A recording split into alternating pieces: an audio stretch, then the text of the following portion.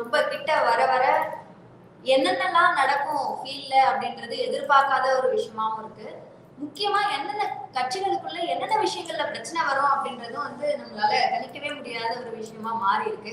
அப்படி ஒரு விஷயம் தான் வட சென்னையில வேட்புமனு தாக்கல் பண்றதுல பிரதான கட்சிகளான திமுக, அதிமுக 2 கட்சிகளுக்கு இடையுமான ஒரு மிகப்பெரிய பிரச்சனையா மாறி அது ஒரு சட்டம் ஒழுங்கு சார்ந்த பிரச்சனையாவே மாறிடுமோ அப்படின்ற ஒரு அச்சம் எழுற அளவுக்கு அது ஒரு பிரச்சனையா மாறிடுச்சு.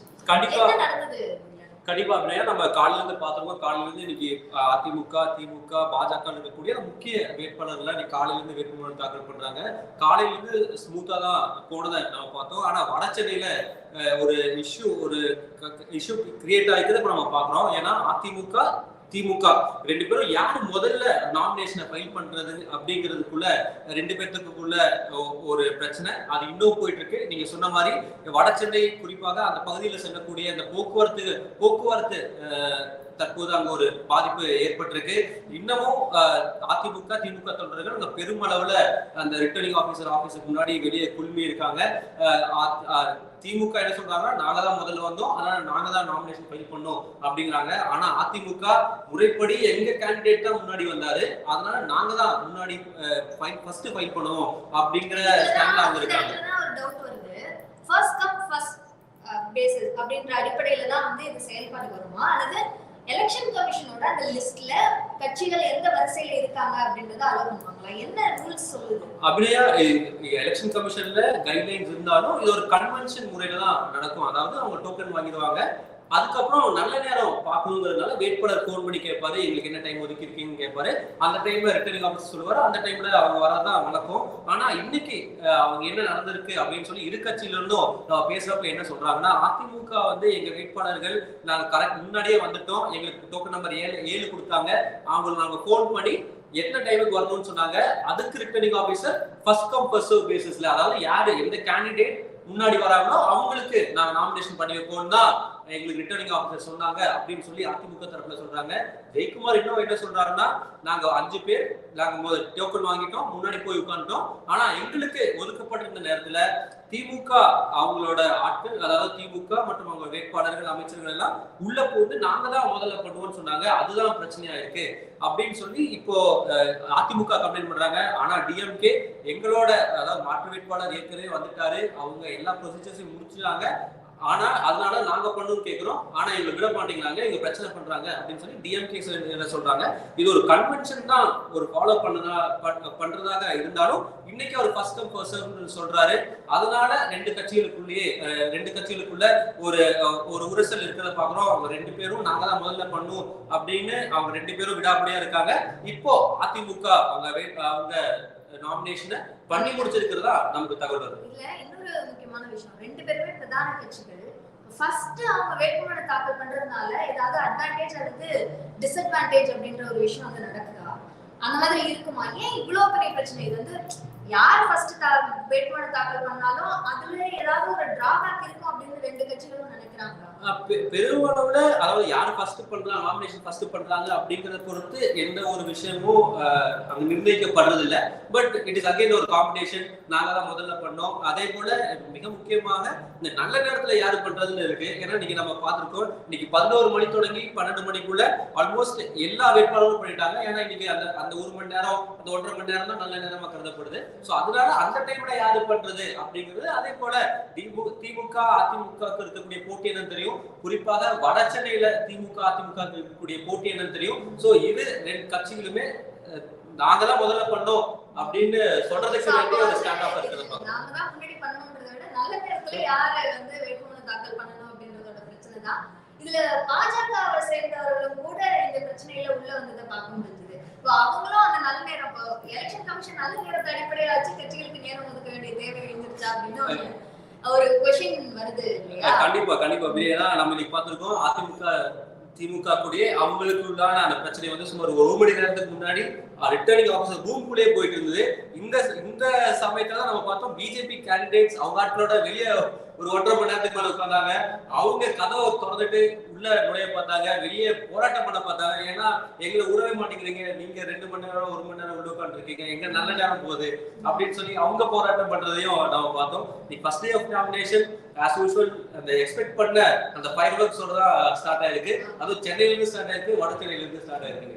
இதுல இன்னொன்னு மெயினான விஷயம், வட சென்னை அப்படின்றது வந்து ரொம்ப காம்படிஷன், 3 கட்சிகளுக்குள்ள காம்படிஷன் இருக்குமா அப்படின்னு எக்ஸ்பெக்ட் பண்ற ஒரு தொகுதி. இப்போ இங்க வந்து இது வெறும் நல்ல நேரம் சார்ந்த ஒரு விஷயம் அப்படின்றது நம்ம ஒரு இதா சொன்னாலும் கூட இது ஒரு கௌரவ பிரச்சனையாகவும் கூட அந்த கட்சிகள் பாக்குறாங்க. சோ அதனாலயும் கூட நாங்க தான் முன்னாடி வந்து வேட்புமனு தாக்கல் பண்ணுவோம் அப்படின்றத சொல்றாங்க. பட் இந்த பிரச்சனை வந்து இதோட முடிஞ்சுக்குமா? ஏன்னா அதிமுக கொஞ்சம் கொஞ்சமா அங்க வந்து கூட்டிட்டு இருக்காங்க, அந்த நம்பர் ஆஃப் தொண்டர்களோட எண்ணிக்கை வந்து அவங்க அதிகரிச்சுட்டே இருக்கு அப்படின்னு சொல்லுது. சோ தேர்தல் நேரத்துல சட்ட ஒழுங்கு பிரச்சனைகள் இருந்துடக்கூடாது அப்படின்றதுல வந்து தேர்தல் அதிகாரிகள் வந்து ரொம்ப கீனா இருப்பாங்க. சோ அங்க அதிகமான காவலர்களோ அல்லது பாதுகாப்பு படையினரோ வந்து குவிக்கப்படுற ஒரு சிச்சுவேஷன் இருக்கா? இப்போ சிச்சுவேஷன் இப்போ அதிமுக பண்ணிட்டாங்க, வேட்புமனு தாக்கல் பண்ணிட்டாங்க, இதுக்கப்புறம் இந்த சிச்சுவேஷன் சரியாயிடும் அப்படின்னு எக்ஸ்பெக்டேஷன் இருக்கா? அபி உங்களுக்கு தெரியும், election it's all about perception. யார் என்ன மாதிரி ஒரு இமேஜை கிரியேட் பண்றாங்கிறது தான் முக்கியம். அதைத்தான் 2 கட்சிகளே பண்ணணும்னு பாக்குறாங்க. அதாவது நாங்க தான் முதல்ல பண்ணோம், நாங்க டியூ ரெகுலேஷன்ஸ் ஃபாலோ பண்ணோம் அப்படிங்கிறது தான் 2 பேரோட அந்த பர்செப்ஷன் தான் கிரியேட் பண்ண பாக்குறாங்க. ஆனா இதுக்கு முன்னாடி என்ன நடந்ததுன்னு நம்ம பார்த்திருக்கோம். எஸ், நீங்க சொன்ன மாதிரி ஒரு ஆயிரக்கணக்கான அந்த ரிட்டர்னிங் ஆஃபீஸர் அந்த ஆபீஸ்க்கு முன்னாடி குவிஞ்சிருக்கிறதையும் நம்ம பாக்குறோம். ஆனா இப்போ இரு தலைவர், அதாவது சேகர் பாபு தான் அங்க இருந்தாரு, அவரு கிளம்பி போயிருக்காரு. ஜெயக்குமார் அவங்களோட ஏடிஎம்கே நாமினேஷன் முடிச்சோன்னா இப்போ ஜெயக்குமாரும் கிளம்பி போயிருக்காங்க. ஸோ இந்த கிரௌடு இப்போ மெல்டாருக்கான வாய்ப்பு இருக்கு. பட் எஸ், ஒரு டென்ஸ் சிச்சுவேஷன் தான் இருக்கிறத பாக்குறோம். ஏன்னா பாஜகவும் இப்போ இன்னும் வெயிட் பண்ணிட்டு இருக்காங்க, அவங்க தொண்டர்களும் அங்க இருக்காங்க. நம்ம ஏற்கனவே பல மாவட்டங்கள்ல அதிமுக பாஜக தொண்டருக்கு இடையே இன்னைக்கு காலையில ஒரு உரசல் இருந்ததை பார்த்தோம். அதே போல டிஎம்கே வேட்பாளர்கள் அவங்க ஆதரவாளர்கள் இருக்கக்கூடிய ஒரு உரசல பார்த்தோம். ஆமா, அங்க பெரிய கிரௌட் இருக்குதுன்னா ஒரு கண்டிப்பா ஒரு டென்ஸ் சிச்சுவேஷன் தான். போலீஸ் இந்த சிச்சுவேஷனை அவங்க கண்ட்ரோல்ல வச்சிருக்காங்க. அவங்க அந்த வேட்பாளர், அதாவது அதிகமா கூடியிருக்கக்கூடிய அந்த தொண்டர்களை அங்கிருந்து தற்போது அங்க கலைஞ்சு செல்லும்படி அவங்க கோரிக்கை வச்சுட்டு இருக்காங்க. ஆமா, இப்ப தலைவர்கள் இப்போ அங்கிருந்து மூவ் பண்ணிக்கிறதுனால அந்த கிரௌடும் ஸ்லோவா குறையறதுக்கான வாய்ப்புகள் இருக்கு. சோ இன்னைக்கு தேர்தல் காலத்துல இது ஒரு முக்கியமான பிரச்சனைனா, இன்னொன்னு வந்து இரட்டை இலை சின்னம்.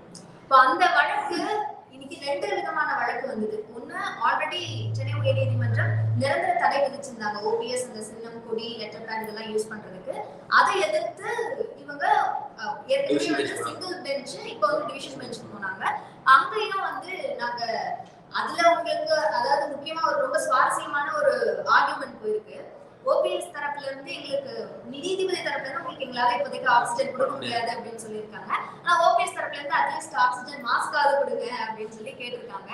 சோ ஒரு இடைக்கால நிவாரணம் வேணும் அப்படின்ற முயற்சியில ஓபிஎஸ் தரப்பு ஈடுபடுறாங்க அப்படின்றத வந்து புரிஞ்சுக்க முடியுது. ஆனா அது அவங்களுக்கு கிடைக்குமா என்பதுதான் முக்கியமான விஷயம். சூரியமூர்த்தி தரப்புல இருந்து ஹைகோர்ட்ல தாக்கல் செய்யப்பட்ட இன்னொரு வழக்கு கூட இருக்கு. அவரே தான் எலெக்ஷன் கமிஷன்ல ஒரு லெட்டர் கொடுத்து அதை ஃப்ரீஸ் பண்ணணும்னு சொன்னாங்க. அது சார்ந்த ஒரு லெட்டர் அதிமுக கொடுக்கப்பட்டிருக்கு. ஆனா அதுல அதிமுக தரப்புல இருந்து பதில் கொடுத்தாங்களா இல்லையான்ற தகவல் இன்னும் வெளியாகல. சோ இந்த இரட்டை இலை சின்னம் அப்படின்றது வந்து ஒவ்வொரு முறை இந்த பிரிவு நடந்ததுக்கு அப்புறமா ஒவ்வொரு எலெக்ஷன் அப்ரோச் ஆகும்போது இது பெரிய பூதாகரமா வெடிக்குது. ஆனா இபிஎஸ் தரப்பு ரொம்ப நம்பிக்கையா இருக்காங்க அப்படின்ற விஷயத்தை தான் சொல்றாங்க. இப்போ இன்னைக்கு காலையில ஆர்பி உதயகுமார் நம்ம கொடுத்த பேட்டிலையுமே கூட இரட்டை இலை சின்னம் அப்படின்ற விஷயத்த வந்து என்ன முயற்சிகள் பண்ணாலும் அவங்களுக்கு எந்த இடத்துலயுமே சாதகமா மாறல. சோ ஒரு முறை 2 முறை முயற்சி பண்ணிட்டு விட்டாலும் பரவாயில்ல, ஆனா இதே வேலையா இந்த பிரச்சனையை எழுப்பணும் அப்படின்றதுக்காகவே இதை செஞ்சுட்டே இருக்காங்க அப்படின்ற ஒரு குற்றச்சாட்டை ஓபிஎஸ் தரப்பு முன்வைக்கிறாங்க. கண்டிப்பா நம்ம தொடர்ந்து பார்த்துட்டு இருக்கோம். ஒரு லீகல் செட்பேக் தான் ஓபிஎஸ்க்கு அதிமுக சிம்பிள் இல்ல பிளாக் யூஸ் பண்ற விஷயத்துல ஒரு லீகல் செட்பேக் தொடர்ந்து இருப்பதை நாம பார்த்திருக்கோம். இது ஏற்கனவே நீங்க சொன்ன மாதிரி ஒரு சிங்கிள் ஜட்ஜ் நீங்க கூடவே கூடாது, நீங்க அதை பயன்படுத்தக்கூடாதுன்னு சொல்லி ஒரு உத்தரவு பிறப்பிச்சிருக்காங்க. அதை தொடர்ந்து தான் டிவிஷன் பெஞ்ச் போயிருந்தாங்க. ரொம்ப இம்பார்ட்டண்டா நீங்க சொன்ன மாதிரி ஆக்சிஜன் மட்டும் இல்ல, ஆக்சிஜன் மாஸ்க் கூட நாங்க கொடுக்க முடியாது, அதாவது எங்க கோரிக்கைக்கு அவங்க மெட்ராஸ் ஹைகோர்ட் அந்த டிவிஷன் பெஞ்ச் அதை ஏத்துக்கல. ரொம்ப இம்பார்ட்டண்டா அவங்க அந்த கேஸ் எழுதினே அட்ஜர்ன் பண்றாங்க. அதை எப்படின்னா ஜூன் 10ஆம் தேதி அதாவது எலெக்ஷன் ரிசல்ட்ஸ் எல்லாமே முடிஞ்சதுக்கு அப்புறம் தான் அந்த கேஸ் அடுத்தது ஹியரிங்க்கு எடுத்துக்கணும்னு சொல்றாங்க. தமிழ்நாட்டுல உங்களுக்கு தெரியும் 2 பிரதான கட்சிகள் திமுக, அதிமுக. அந்த அதிமுகவுக்கு அவங்க சின்னம் தான் ஒரு பெருவாரியான வாக்க வாங்கி தரக்கூடிய விஷயம். அதனாலதான் ஓபிஎஸ் தொடர்ந்து அதை ஃபைட் பண்றதும் நம்ம பாக்குறோம். நம்ம இதுக்கு முன்னாடி அதாவது இந்த விஷயத்துல நம்ம கடந்து வந்த பாதை என்னன்னு பார்த்தா OPS slowly is losing out is battle for இந்த சிம்பிள் அண்ட் அதே போல அந்த பிளாக்ங்கிறத நம்மளால புரிஞ்சுக்க முடியுது. ஏன்னா இன்னைக்கு ஏதோ ஒரு இன்டர்வியூ ரிலீஃப் இருக்கிற மாதிரி இருந்ததுன்னா மெட்ராஸை இன்னைக்கு கொடுக்கறதுக்கான வாய்ப்புகள் இருந்திருக்கு. பட் அதை அவங்க என்டர்டெயின் பண்றதுக்கே விரும்பல. இனி கம்ப்ளீட்டா இது எலெக்ஷன் கமிஷன்ல தான் இவங்க போய் நிக்கணும். எலெக்ஷன் கமிஷன்ல இது எப்படி எடுத்துக்க போறாங்கிறத நம்ம மிக முக்கியமா பார்க்கணும். ஏற்கனவே இந்த நம்ம சரத்பவார் கேஸ்ல பார்த்திருக்கோம். அஜித் பவார் தனியா போனதுக்கு அப்புறம் அந்த சரத்பவார் அப்படின்னு சொல்லி ஒரு ஃபேக்ஷனா நீங்க கண்டெஸ்ட் பண்ணலாம்னு சொல்லி எலெக்ஷன் கமிஷன் அங்க அலோவ் பண்ணியிருக்காங்க. ஆனா அதுல என்ன ட்விஸ்ட்னா ஏடிஎம் அந்த கேஸ்லயே என்சிபி கேஸ்லயே அவங்க இந்த எலக்டோரல் மெஜாரிட்டி, அதாவது யாருக்கு அதிக எம்எல்ஏஸ் இருக்காங்களோ, எந்த ஃபேக்ஷனுக்கு அதிக எம்எல்ஏஸ் இருக்காங்களோ அவங்களுக்கு தான் அந்த ஒரிஜினல் சிம்பிள் அண்ட் ஃபிளாக் கொடுத்துருக்காங்க. ஸோ அப்படி பார்க்குறப்போ இபிஎஸ்க்கு தான் மெஜாரிட்டி இருக்காங்க. ஸோ இன் எனி ஈக்குவேஷன் நம்ம இந்த சிம்பிள் அண்ட் ஏடிஎம்கே ஃபிளாக இபிஎஸ்க்கு தான் இருக்கிறதுக்கான சாத்தியக்கூறு இருப்பதாக நம்மளால உணர்ந்து முடியுது. ஆனா எஸ், பாலிடிக்ஸ்ல எது வேணா மாறலாம். ஓபிஎஸ் தொடர்ந்து அவங்க எஃபர்ட்ஸ் போட்டு இருக்காங்க. ஸோ இது இன்னும் ரொம்ப குறுகிய காலம் தான் இருக்கு. ஸோ இனி என்ன நடக்குதுங்கிறது ஒரு இரு நாட்கள்லயே நமக்கு தெரிய வரும். பட் ஓபிஎஸ் ஒரு சிட்டி எடுக்கிறத நம்மள பார்க்க முடியும். அவர் வந்து எப்படியாவது போராடி ஏதோ ஒரு வழியில அந்த இரட்டை இலை சின்னத்தை வாங்கிடணும், அல்லது நாமளும் அதிமுக தான் அப்படின்ற ஒரு அடையாளத்தோட இந்த தேர்தலை சந்திக்கணும் அப்படின்றது. தேர்தலில் வெற்றி வாய்ப்பு அப்படின்றது கூட அவங்களை பொறுத்த வரைக்கும் இரண்டாம் பட்சம் தான். அவங்கள பொறுத்த வரைக்கும் நாங்களும் அதிமுக தான் அப்படின்றது ஏதோ ஒரு வகையில உன்ன நீதிமன்றமோ அல்லது தேர்தல் ஆணையமோ ஒரு ரெகக்னிஷனை கொடுக்கணும் ஏதோ ஒரு வகையில அப்படின்னு எதிர்பார்க்கறாங்க. ஆனா அது எந்த அளவுக்கு நீங்க சொன்ன மாதிரி இந்த மாதிரி என்சிபியோட விஷயத்துல இப்படி ஒரு நடவடிக்கையில எடுக்கப்பட்டிருக்கனால அதே மாதிரியான ஒரு சொல்யூஷனோ அல்லது ஏதோ ஒரு வழிகாட்டுதலோ கிடைக்கும் அப்படின்னு அவங்க நினைக்கிறாங்க. பட் அது எந்த அளவுக்கு கிடைக்கும்? ஆனா இதுல வந்து பிஜேபி கூட அவங்க கூட்டணி போய் சேர்ந்தது அப்படின்றது இதோட பேக்ரவுண்ட்ல இருக்குமா அப்படின்ற ஒரு கருத்தையும் கூட அரசியல் விமர்சகர்கள் முன்வைக்கிறாங்க. சோ அந்த அடிப்படையில தான் ஓபிஎஸ் இரட்டை இலை சின்னத்தை வந்து நிச்சயமாக நாங்க பெறதுக்கான முயற்சியை மேற்கொள்றோம் நம்பிக்கையா சொல்றாரா அப்படின்ற ஒரு அரசியல் உள்நோக்கத்தையே சொல்றாங்க. சூரியமூர்த்தி எலெக்ஷன் கமிஷன்ல போய் அந்த லெட்டர் கொடுத்தது பிப்ரவரி மாசம் அப்படின்னா இந்த கூட்டணி உறுதியான பிறகு அந்த லெட்டர் வந்து உங்களுக்கு அனுப்பப்படுது அப்படின்ற அடிப்படையில தான் அந்த கேள்வி வந்து கண்டிப்பா இல்லையா?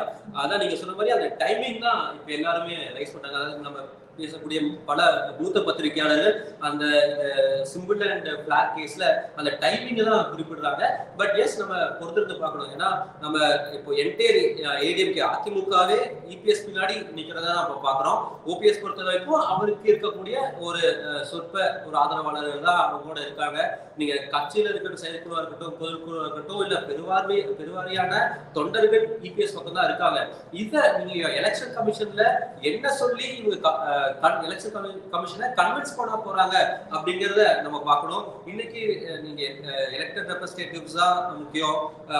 உங்க பார்ட்டி சிம்பிள உங்களுக்கு வேணும்னா உங்க கட்சியோட பொதுக்குழு, செயற்குழு உறுப்பினர்கள் அவங்களோட சப்போர்ட் முக்கியம் அப்படின்னு நீங்க பாக்குறப்போ இபிஎஸ் அவருக்கு ஃபுல் ஒரு என்டையர் ஏடிஎம்கே அவரை பேக் பண்றாங்க.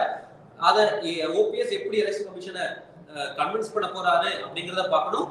ஆமா, ஒரு பாஜக கூட்டணியில் இருக்காங்க, சோ அவங்களுக்கு ஏதாச்சும் ஒரு ரிலீஃப் கிடைக்கிறதுக்கு வாய்ப்பு இருக்கு அப்படின்னு ஒரு பார்வையும் மூத்த பத்திரிகையாளர்களோ இல்ல அரசியல் விமர்சகர்களோ முன்வைக்கிறாங்க. பட் இதெல்லாம் ஸ்பெகுலேட்டிவ். இது எப்படி போறதுங்கிறது ஒரு 2-3 டேஸ்ல நமக்கு தெரியும். இந்த மாதிரி உள்நோக்கம் இருக்கு அப்படின்றத நடக்கிற விஷயங்களை அனுமானிச்சு சொல்லப்படுற விஷயங்கள் தான். ஆனா ரூல்ஸ்லயோ அல்லது பேப்பர்லயோ நீதிமன்ற உத்தரவுலயோ இது வரைக்கும் என்ன இருக்கு அப்படின்றதுதான் செயல்பாட்டுக்கு வரக்கூடிய ஒரு விஷயமா இருக்கு. இபிஎஸ் தரப்பை பொறுத்த வரைக்கும் இதுக்கு பேச்சுக்கே இடம் இல்ல. இரட்டை இலை சின்னம் முழுக்க தங்களுக்கு தான் சொந்தம்னு சொல்றாங்க. ஓபிஎஸ் தரப்பு உச்சநீதிமன்றத்தோட அந்த உத்தரவு ஈரோடு கிழக்கு தேர்தலுக்கானது மட்டும்தான். இந்த தேர்தலுக்கு சொந்தம் கொண்டாட முடியாது அப்படின்ற விஷயத்த சொல்றாங்க. எதுவா இருந்தாலும் இரட்டை இலை அப்படின்றது வந்து ஒரு மிக முக்கியமான ஒன்று. அது இபிஎஸ் தான் அதிமுக அப்படின்ற ப்ரூவ் பண்றதுக்கான ஒரு விஷயமாவும் இருக்கும். பிளஸ் இந்த தேர்தல்ல அவங்க நினைக்கிற வெற்றியோ அல்லது வாக்கு வங்கியோ அவங்க பெறணும் அப்படின்னாலும் அந்த இரட்டை இலை சிம்பல் வந்து அவங்க இந்த எலெக்ஷன்ல அவங்கள ப்ரூவ் பண்ணல அப்படின்னா அதிமுகவுக்கு அந்த தளம் அப்படின்றது வந்து சுருங்கிடுமோ அப்படின்ற ஒரு அச்சம் இருக்கு. கண்டிப்பா. சோ அதுவும் இல்லாம இருக்கணும் அப்படின்னா அந்த இரட்டை இலை சிம்பல் அப்படின்றது வந்து ரொம்ப ரொம்ப முக்கியம். சோ இருக்கிற இந்த குறுகிய காலகட்டத்துக்குள்ள இந்த ட்விஸ்ட் அண்ட் டர்ன்ஸ் நடந்துருமா அப்படின்ற ஒரு கேள்வியும் கூட இருக்கு. சோ இந்த விஷயங்கள்லாம், இந்த 2 விஷயங்கள், இன்னும் நிறைய பரப்புரைகள் இதெல்லாம் நிறைய இருந்திருந்தாலும் கூட இன்னைக்கு பிரதானமா இதுவரைக்கும் நடந்த முக்கியமான விஷயங்கள்ல இந்த வடசென்னையில இருக்கிற பிரச்சனையும், அதே மாதிரி இந்த இரட்டை இலை சின்னம் தொடர்பான கோர்ட்டோட இந்த உத்தரவும் தான். சோ இந்த விஷயங்கள் அடுத்த கட்டமாக எப்படியாவது போகும் அப்படின்றத பொறுத்திருந்து பார்ப்போம். இதோட இந்த லைவ் நம்ம ஃபினிஷ் பண்ணிக்கலாம். மிகிலன், தேங்க்யூ வியூவர்ஸ். இந்த காங்கிரஸ் போட்டு இது பண்ணிடலாம். காங்கிரஸ் கேண்டிடேட் திருநெல்வேலி போற ரசிகமே